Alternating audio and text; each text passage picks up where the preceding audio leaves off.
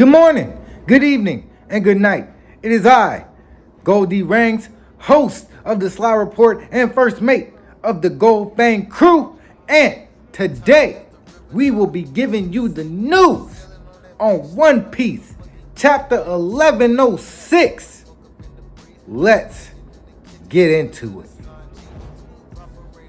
Now, we start this chapter off the coast of Egghead Island, and we see a large ship looming in the distance, just a little ways off from the island, and we see somebody saying, "Wow, they really going at it." And we hear somebody else say, "Yeah, just like they said in the newspaper, huh?" This will be important later, but for right now, I'm gonna keep y'all waiting in suspense on what's going on. But we must continue.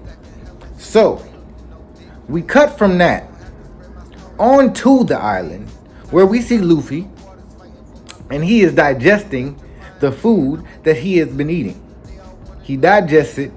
The Marines around him are a little shook. They're like, "Hey, should we do something? Should we not do something?" They're just, they're trying to decide. This is an Emperor of the Sea they dealing with, you know what I'm saying? So they're trying to figure out what should we do. There's explosions going on around them. There's fire surrounding them. The island's burning down. So they have to make a decision, and they have to make it fast. Man. These guys, they just never learn. They never learn. But we must continue. So once these Marines have worked up the nerve to go and try and arrest Luffy, we see him smiling, turning back into his Gear 5 form, Then we get a cut to a wide shot, let's say, of the island.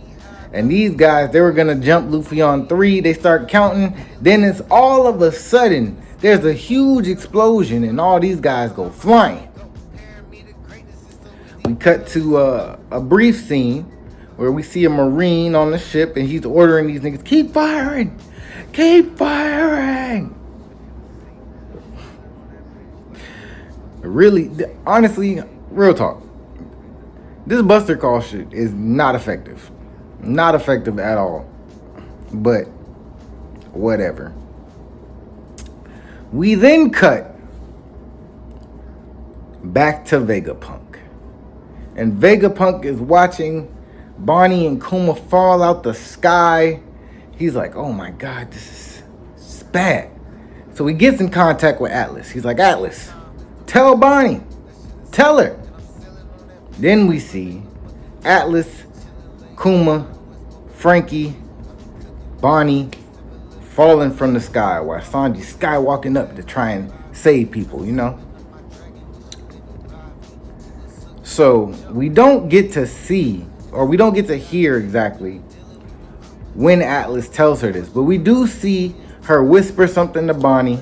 Bonnie has a reaction. First, it's a look of shock, then it's a look of understanding, and then we get the panel where she shouts out, "Daddy, please, don't shoot. Help us escape this island alive instead." We get a close-up on Bonnie's face. We get a close-up on one of the pacifistas. We cut to some Marines, and they're like, "Hey, did she just say something?" And the other one's like, "Honestly, with all these explosions going on, I can't really hear what's going on." Which is ironic. But this is happening, and then, we just have to see what's going to happen next. But this is important because this is going to lead to a domino effect, shall we say, of things going bad for the Marines, Saint Saturn, and Kizaru. But let us continue. We then cut to the pacifista. We get several scenes of pacifista all over the island, turning and marking the Marines. As they begin to fire upon the Marines, we see one Marine say, "Oh my God, the pacifista have gone rogue. What's happening?" If only they knew. If only they knew. We get a brief scene of Saturn being shocked. He's like, what's happening? We then see several scenes of pacifista all over the island, just attacking these Marines, letting them have it. And as this is happening, we see Vegapunk's inner thoughts. And he is saying to himself that, yo, there's one thing that has kept me up at night, every night. The more I think about it, the more I be like, nah, I can't let this happen. And that is that Bonnie, once she became a pirate, would be killed by her own father. And also that Kuma would be the one to destroy and take away the precious life of his daughter after all the sacrifices that he has made. Vegapunk continues that he couldn't stand for this. He could not stand for this. So what he did, he took the liberty of placing Bonnie at the top of the hierarchy, of the chain of command for any pacifista that looks like Kuma. He continues to say that no matter what, no matter who, no matter if the world is against you, Bonnie, your father Kuma will be on your side. And this is Manz VegaPunk. Because not only did he not put the bomb in Kuma, not only was he fighting for Kuma the whole time while he was being forced to do these experiments and change Kuma into this cyborg, lifeless, emotionless robot. He made sure that his daughter, the person that Kuma sacrificed everything for, would always be protected by the clones and the army that was based off of him. Manz VegaPunk. He continues to say that he knew that this would be a betrayal of a high magnitude. He knew that this action would have consequences. And as he is thinking that to himself, we see Saint Saturn stab this man through with one of his little spider legs. Oh, VegaPunk, man. Come on, bro. You can't die here. You was a Man's. You was like basically the last real family that Barney has. You Uncle Punk now, bruh. Like, it is what it is. But once Saturn has stabbed Vegapunk through, he turns to Kizaru and he's like, eliminate everybody and be quick about it.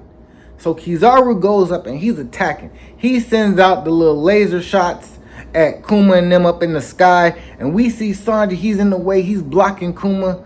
He's defending Kuma and Bonnie. So he blocks one of the lasers, but he still ends up getting hit with these lasers. Atlas gets hit. Frankie gets hit. But not Bonnie and Kuma.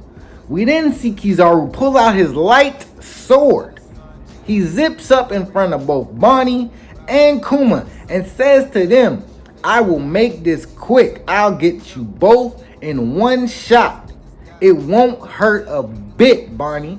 And Bonnie turns, she looks at Kizaru, and all she has time to say is the man's name before Kizaru, which I'm assuming it's either observation or maybe he just caught it out of his peripheral vision, or maybe he just had a sense of danger come over him. Because we hear Luffy laughing his ass off. And the next thing we see is Luffy's hockeyed up fist knocking Kizaru upside his head. Again. It's not looking good for this man. Now Bonnie is confused. She's like, wait. Was that Straw Hat? What was that? And then, we see the laughter of Sun God Nika Luffy, bro. Just laughing, talking about some, he's turned. I'm getting ahead of myself. Let me not do that. But Luffy is here now. He's back at full power. He says as much. He said, after this snack, I'm at full power. Let's go. And man, is he ready. We didn't see a wide shot of Egghead Island. And Egghead Island has been rubberized. The entire island. Luffy says, let's have some fun. Ooh. Ooh. That's the last thing you want to hear from a nigga you about to get to catch the beats from. Let's have some fun. Man. But Sun God Nika is here. Luffy in Gear 5 is here. And he's ready. So, let us continue. All the people that was falling out the sky, they land safely. They land on this rubberized ground. They bouncing. They safe. Sanji asks, is everybody okay? And then we cut outside of Egghead to the perspective of the Marines on the ship. And one of them's like, hey man, is the island shaking? Another one says, man, it don't matter right now. We have to do something about these pacifistas. Because they are still attacking these Marines. They letting them have it. They giving them the business. So this whole situation is going on. And while that is happening, back in the center of Egghead, back where all the action is happening, there is a movement that is about to take place. So let's get to it. So we cut back. We're back in the center of Egghead. Bonnie has run up to VegaPunk. She's like, hey, are you okay? We got to get out of here. If we stay here, we will die. And all throughout the scene, we hear the drums of liberation. Doom, doom, da, da, doom, doom, da, da. Bro, they going in. We cut to the ancient robot. And it's starting to move. It's starting to respond to that heartbeat. Them drums of liberation is starting to get a little active. It's starting to move around a little bit. It's responding to the sun god. So then we cut back and VegaPunk and Bonnie begin to have a conversation. But while they're having this conversation, we see what we see. So when we cut back, Bonnie says, that rhythm. As she starts to think back on the words that Kuma has told her since she was a little bitty baby. Just telling her the sun god will come. He'll come laughing along to this beat. That doom doom da da, doom doom da da. Doing his movements, doing his dance, and Bonnie's thinking about that. She's hearing the beat, and then VegaPunk looks at her and he's like, so you haven't connected the dots yet, have you, Bonnie? It was like that for me too. I had to see it with my own eyes to believe it. But Straw Hat Luffy, the young boy that caught Kuma's eye, he is the sun god Nika.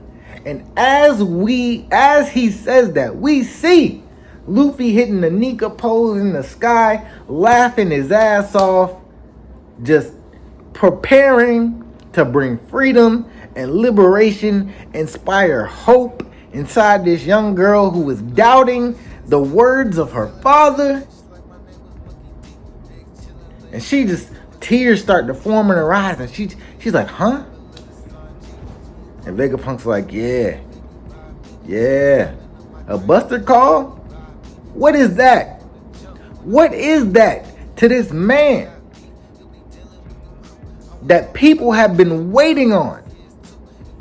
People have been praying for centuries.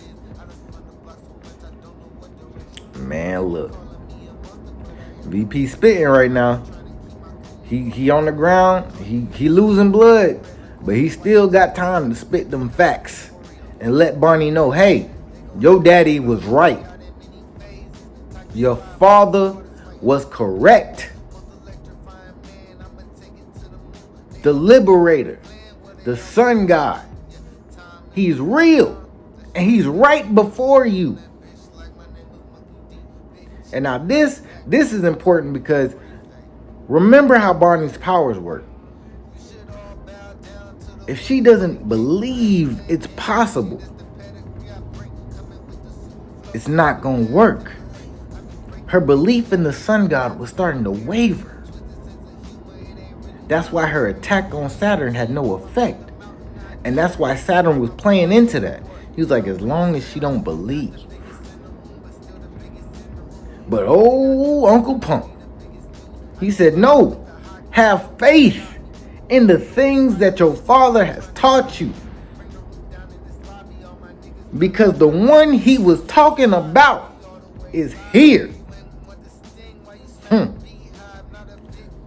I could give a whole thing on this, but I'm not going to do it because there's much more things we have to get to this chapter. So we're going to press on. And now, ladies and gentlemen, we cut to the northeast coast of Egghead Island. The Marines are freaking out. They're like, oh my God, what are they doing here? I thought they died 100 years ago. I thought that, I thought that this was a rumor, a legend. I thought that this wasn't even possible. Why are they here? And then we hear two familiar laughters as this giant ship crashes into the fleet, destroying these ships, not slowing down, running right through this blockade. And we hear Dory of the giant warrior pirates say, why? They're asking why? Why are we here? Then Broggy says, don't you know that some things in this world cannot be stopped? To which Dory replies, yeah, we are here to pick up Straw Hat. And Broggy says, or should we call him the Sun God? And they are decimating this Buster Call fleet. They tearing through this joint like wet tissue paper. Man. And this, my friends, is great news. We setting up Elbaf greatness. Not only do the giants revere the sun and the sun god, but now knowing that the sun god is Straw Hat Luffy, who they already had an affinity for, who most of these giants, every giant we met in the story has been on the side of Luffy and Usopp. The ones that truly came from Elbaf, that embraced the warrior culture. Man. And this is the end of the chapter. But I just need y'all to understand, the giants coming here is massive. No pun intended. Now, we do have a break, so coverage for this next week will be a little light. I do have some theories that I might want to discuss with you, or I might let Adam come through again and do a little hot and cold takes. But this is the news. This is what's happening. The sun god is here. The giants are here. Bonnie is in control of all the pacifistas that look like Kuma. We flipped this entire situation on his head. Just like that. I'd like to thank you for joining us today on the Sly Report. Don't forget to like, comment, share, and subscribe. And we will see you next time.